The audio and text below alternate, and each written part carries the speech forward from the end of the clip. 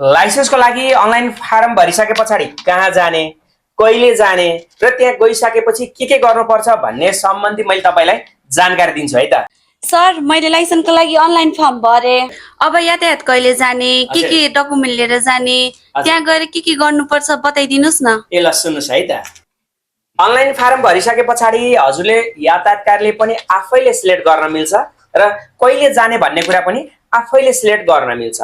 यो गरिसके पछाडि हजुरले फर्म अप्लाई गरेको फर्म प्रिन्ट निकालेर लिएर जानुपर्ने हुन्छ, साथमा नागरिकता पनि लिएर जानुपर्ने हुन्छ भने यातायात कार्यालयमा मेडिकल गरेर पनि जानुपर्ने हुन्छ।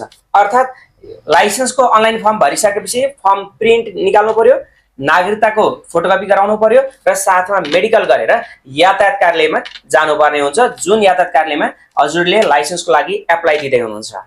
अब फर्म पनि भर्नुभयो, डकुमेन्ट पनि रेडी गर्नुभयो, यातायात कार्यालयसम्म पुग्नु भएपछि यातायात कार्यालयको सम्बन्धित कोठामा गएर सबैभन्दा पहिला त हजुरले बायोमेट्रिक गर्नुपर्ने हुन्छ। अर्थात् हजुरको बायोमेट्रिक भनेको फोटो खिच्ने, थम्ब प्रिन्ट गर्ने काम हुन्छ। त्यस पछाडि हजुरले लाइसेन्सको लागि निवेदन दिएको राजस्व काट्नुपर्ने हुन्छ। बायोमेट्रिक पनि गर्नुभयो, राजस्व पनि भुक्तानी गर्नु भए पछाडि अब लिखित परीक्षा दिनको लागि तपाई तयारी अवस्थामा हुनुभएको हुन्छ भने लिखित परीक्षा सम्बन्धीको जानकारी मैले अर्को भिडियोमा बनाउने छु। अहिलेको लागि लाइक, कमेन्ट, शेयर, सब्स्क्राइब गर्न नभुल्नु होला। धन्यवाद।